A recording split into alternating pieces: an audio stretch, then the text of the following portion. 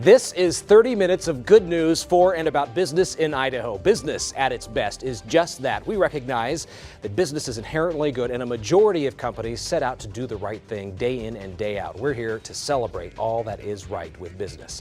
On the show today, the focus of Career Matchmaker connects executive level people with Idaho companies. On today's segment, we take a look at volunteer opportunities through Serve Idaho.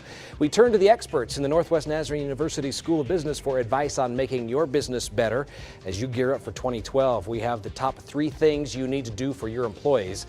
And trusted business coach Greg Carlson joins us, talking about how to keep those great employees. First, it is time for Career Matchmaker on Business at its Best. Today, we partner with the Idaho Department of Labor as we talk to Jennifer Carpile about Serve Idaho and AmeriCorps and these volunteer opportunities. So Jennifer, thanks so much for being with us. Thanks for having me. First of all, what is Serve Idaho for those folks who don't know? Well, Serve Idaho is the Governor's Commission on Service and Volunteerism. We administer the AmeriCorps grants, and they are AmeriCorps members that are placed throughout the state of Idaho to address the critical needs of the communities. So the next follow-up question naturally is going to be, so what is AmeriCorps? That's the national program. Right. We're kind of like a domestic Peace Corps. Okay. Somebody signs up for a year of service and gives their time to volunteer and address the critical needs of the community. We administer 5 AmeriCorps programs in the state of Idaho currently. We have Palouse Clearwater Environmental Program. We have the Lewis and Clark Service Corps. We have the Idaho Family Health Care and Children, and the veterans serving vets that are placed in the Idaho Department of Labor local office addressing the needs of veterans in the community. And so you're saying these are opportunities for people who are looking for work right now to basically stay engaged and maintain their skill level. Yeah, it's a way for someone to give a year of service, and in lieu of giving their year of service, they have the opportunity to earn an education award, and also they will receive a living stipend. So that gives them the opportunity to help in the organizations that they are placed in and maintain that level of skills, and also have that opportunity to make those networking opportunities. You have a success story to share. We do. We actually have several people who are placed and give their year of service are actually hired on after their member is completed their service. So give us an example. So last year we had the accessible transportation system, which actually helped people in the community to utilize public transportation. There was 10 members in that program, and 5 of them were hired on after the year of service was completed. So into full-time paying full-time jobs. Full-time, yes. Yeah, so it's not guaranteed that they'll be able to get hired on after their year of service, but it is an opportunity to engage and keep their skill levels up. All right, Jennifer Carpile, somebody wants to learn more about Serve Idaho, best place to find it? Contact us at serveidaho.gov, and you can also contact us on our office line at 208-332-3548. Lots of numbers, but the website, easiest way to get a hold of you. Jennifer, thanks so much for being with us today. Thanks. All the best to you. And coming up next on Business at its Best, Dr. Bill Russell with Northwest Nazarene University joins us with what you must do to protect your company's intellectual property.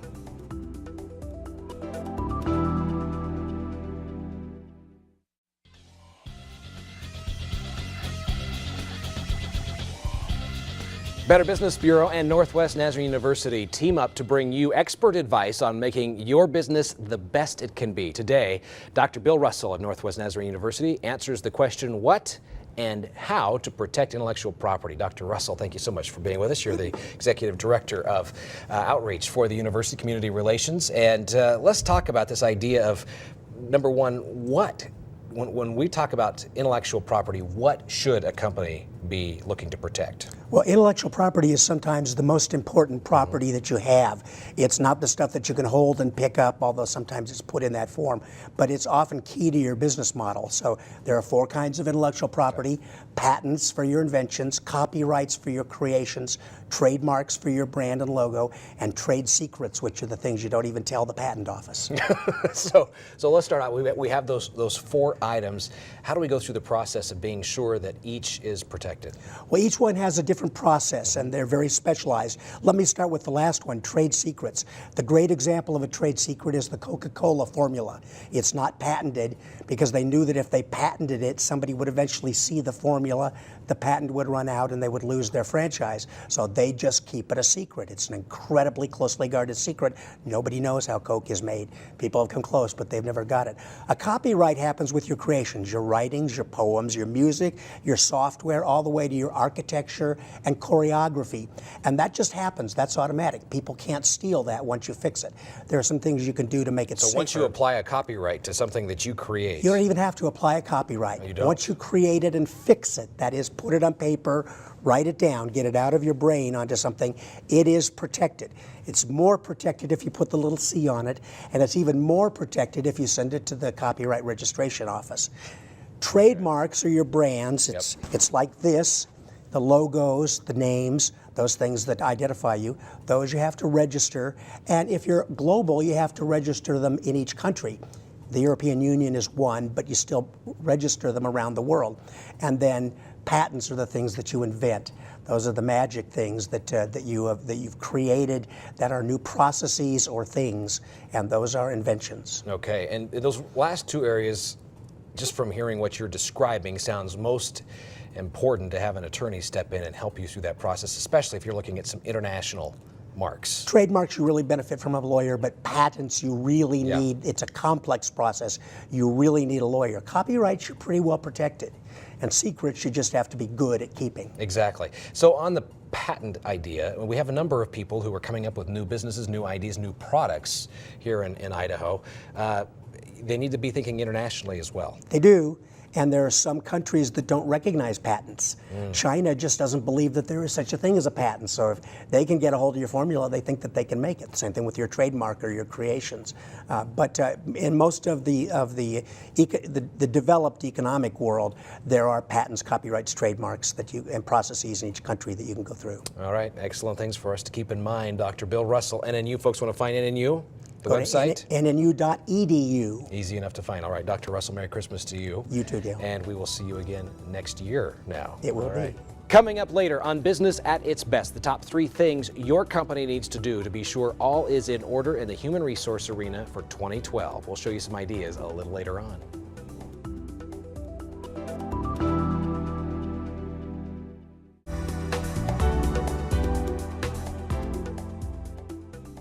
And welcome back. No matter what the economy is doing or whether business is up or down, there's one factor that dictates whether a business succeeds or fails, and that is people. The quality of your people makes the difference. Even if you have a superior product, if you don't have the right people, business is not going to succeed. Finding good people, one thing, but holding on to them is completely another. Greg Carlson is here today to give us some ideas what happens and how to keep those folks after you find the right ones. And Greg, thanks so much for being with us. This really goes back to the Jim Collins, good to great. Right people on the right seat on the right bus. Absolutely. So let's talk about exactly the best ways we start finding out and keeping those right people. Well, the misconception by many people is that you just pay the highest price in the marketplace and people will stay with you. And the reality is, employee survey after employee survey, the rate of pay is not always the highest things that employees are looking for.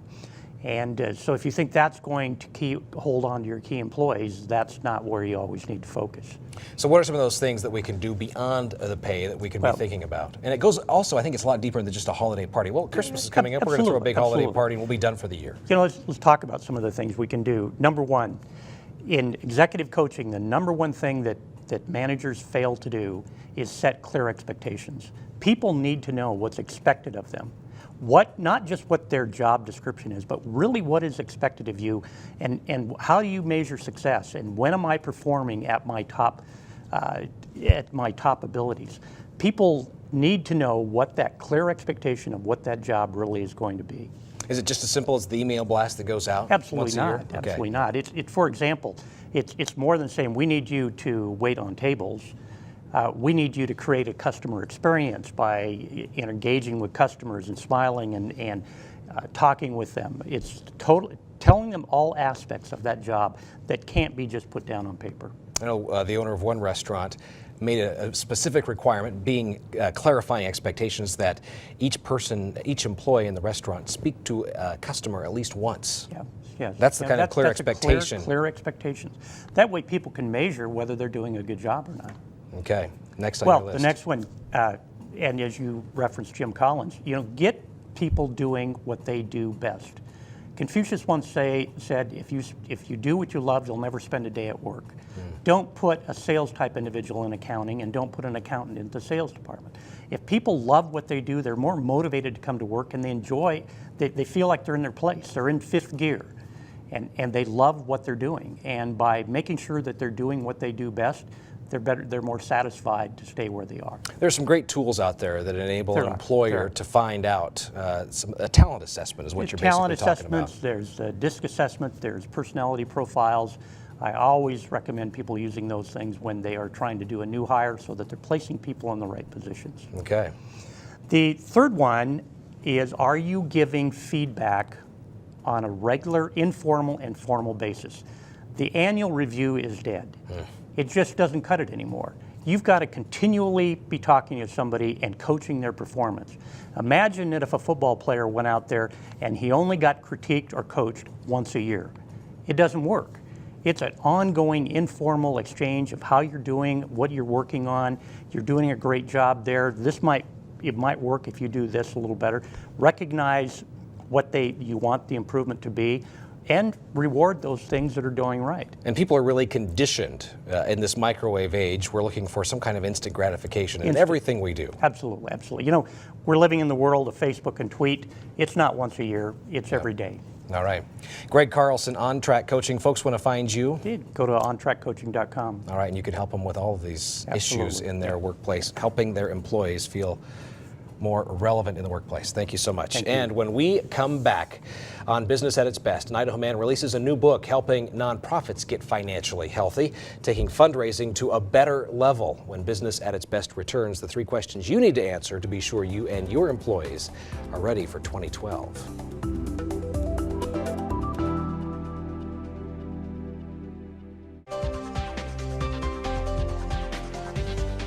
A new book on the shelves is answering a lot of questions for nonprofits. Idaho author and nonprofit expert Larry Johnson wrote the 8 Principles of Sustainable Fundraising. The book was recently released. Larry is the principal of M.E. Grace & Associates, and he joins us. Larry, thanks so much for being with us today. Good morning. It's my Congratulations, your first book, and it looks tremendous. And this is what it looks like for folks who are out and about. It's on Amazon now. That's right. And it'll be in bookstores soon. It's also in a Kindle version as well. Oh, perfect. So why did you write it to begin with? I've been in fundraising for about 20, 25 years, and I've worked with volunteers, board members, all that time. And these are busy people. These are people that don't have a lot of time. They want to be effective when they can do this. And until this book came out, there was really very little that's out there that a board member or a volunteer could read and understand and really become more effective as a result of that. Most of the literature that you see is for professional fundraisers. And so this attempts to meet that need. You could read this, you could understand it, you could become more effective by doing so. That's saying something. Now, when you talk to business leaders, though, and they are invited to come onto a board, oftentimes the expectation is that they will either raise funds or give money, and that always creates a level of anxiety for a lot of folks. I have to go out and raise money. So, are you anxious about it? Yeah, actually, I am. Okay. Yeah. Okay. So how does this book address that common anxiety? Well, most people do have the anxiety. I certainly had it when I started doing this as a career. A lot of it stems from having the wrong perspective of how you go about doing it. It's the focus on process. You're always focusing on, oh, I've got to ask this person. And that's where the focus shouldn't be. The focus should be on understanding the principles that are involved in the process, that it's really an investment. It's not a transaction. So if you can understand the principles that are involved in raising money and then adopt the right mental framework that the donor wants to make an investment, the process is going to be a lot easier for you. And it should be fun. It should be really enjoyable, not something that's going to strike fear in your heart. And so you have a few ideas and ways that folks can adopt that mindset as they move forward. What is one piece of advice that you have, a skill that folks can take away from this book? Well, I think if I were going to tell anyone to increase their skill in fundraising, I'd tell them really 2 things. Okay. First, be passionate about what it is you want to raise money for. And 2, before approaching anyone else, make your own thoughtful gift. After you've done that, you're going to be a lot more confident when you approach other people. You know why you're giving. That's right. Is what you're getting to. So let's talk briefly about the economy. And a lot of people say, well, it's just tough to get people to give in this economy. However, we see there are a lot of people giving. That's right. Well, if you look at the numbers, first of all, about 75% of all philanthropic donations come from living individuals every year in this country. And if you look at the period of, say, 07 or 09 to now, well, I guess 09 to now, when we had the terrible recession, corporate giving went down quite a bit. Individual giving only declined 2% over that 3-year period. That says a lot. 2%. Yeah. I mean, the money is still there. The money is available. All the studies show that philanthropy is elastic. It's not a static pie. The question is how to achieve that. And when you approach a donor as an investor and not as a transaction, I'm not selling you anything. I'm coming to invite you into the process. That's where it makes a big difference. And that's what donors want. All right. Larry Johnson, the book is The 8 Principles of Sustainable Fundraising. It is available now through a number of sellers, and thanks so much. Folks want to find you, the best way to get to your website? 2 websites, the8principles.com or immigraceassociates.com. All right. Larry, thanks so much for being with us today. All the best to you and lots of book sales. Thank you very much. And when we come back on Business at its Best, if you employ people, you know human resources. It's the payroll, it's the taxes, benefits, policy manuals, government rules and regulations. It takes up a lot of time and money. When we return, the top 3 questions you need to be asking and answering to be sure your HR office is ready for 2012.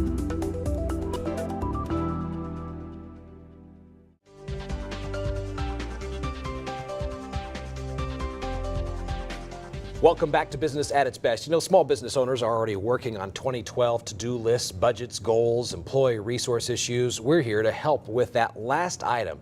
Stephen Ciley with Ataraxis joins us. Stephen, thanks so much for being with us today. Thanks for having me. First of all, what is Ataraxis for the folks out there? It's a PEO, so we take care of all the employee services for a business. A PEO. Yeah, professional employer organization. Okay, very good. So you would come in and help me with all of my HR issues. HR, benefits, work comp, unemployment, payroll, anything to do with your employees we'll take care of. Very good.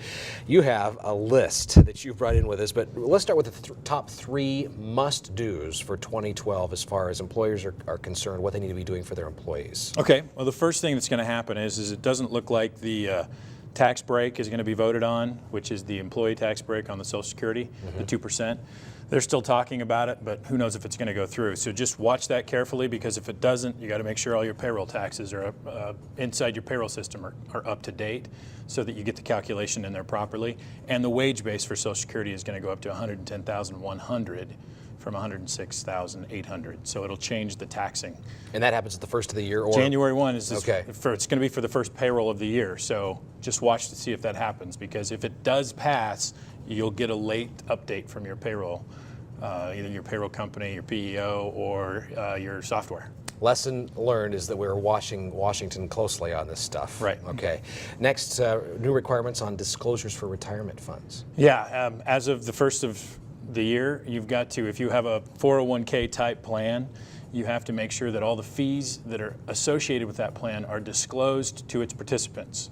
And so that means that they need to be aware of all the fees inside of that. A lot of times these things are hard to see and hard to tell what they are. Inside the plan, it's not very easily to distinguish what they are as a participant. Okay. Some are paid by the plan, some are paid by the individual. Now this has to be specific in writing so the participant understands where his money goes when he puts it into the 401k or the plan. The problem with this for people who have a plan is it now puts more fiduciary requirements on the fiduciary of the plan, the ones who's in charge of the money and making the decisions for the plans, because now you've got to make sure that you're prudent in getting cost-effective plans into your 401k, or the employees might not be happy if something goes wrong. Okay. Third item, a new poster that needs to go up on the board. Correct. 31st of January is the date. This is the National Labor Relations Board. The big issue with this is not only just the poster, but also the fact that this gives the employees notice that everybody who falls underneath the regulations of the National Labor Relations Board has the right to organize into a union. And it falls to companies, if you fall underneath one, you could be an employer of one employee up to however many. but it's noticed that they have the right to organize, and if you do anything that discourages that, you can get in trouble. So there aren't any real penalties for not having the poster up, except for the fact that you got to make sure it's there, because if then someone goes to the National Labor Relations Board and says that they weren't given notice or it was a problem, then they draw more attention to you and it can create issues. Quick Better Business Bureau warning for folks on this one. There are companies out there that try to sell these employment posters, and they try to sell them for a lot of money. Right. You can download these for free. You do not need to buy these posters. You download them for free. I downloaded this before I came. Just go to nlrb.gov, and it's right on the front page of you can download it for free. National Labor Relations Board. NLRB.gov, and that .gov is so important for folks. So Right. don't buy these posters. Now there's 3 things we need to be watching for. We got a minute left. So Okay, just quickly. Healthcare reform, there's not a whole lot that's going into effect this year. Kind of a year off on that, but watch for possibly needing to give people a summary of benefits. That's still been pushed off. The other thing is non-discrimination for your benefits. This was supposed to go into effect in 2010, which means everybody has to be reimbursed the same or paid for the same. You can't have managers at 100% and employees at 50%. Everybody's going to have to be compensated the same for their benefits program. Hasn't been decided on when that's going to go into effect because they haven't figured out how to police it. But when they do, it's probably going to be this year, so watch for changes on that. And then just keep your eye on independent contractor misclassification from the IRS, because the IRS is going to make rules about whether or not they're going to come after people for classifying people as independent contractor when they should have been employees. all right.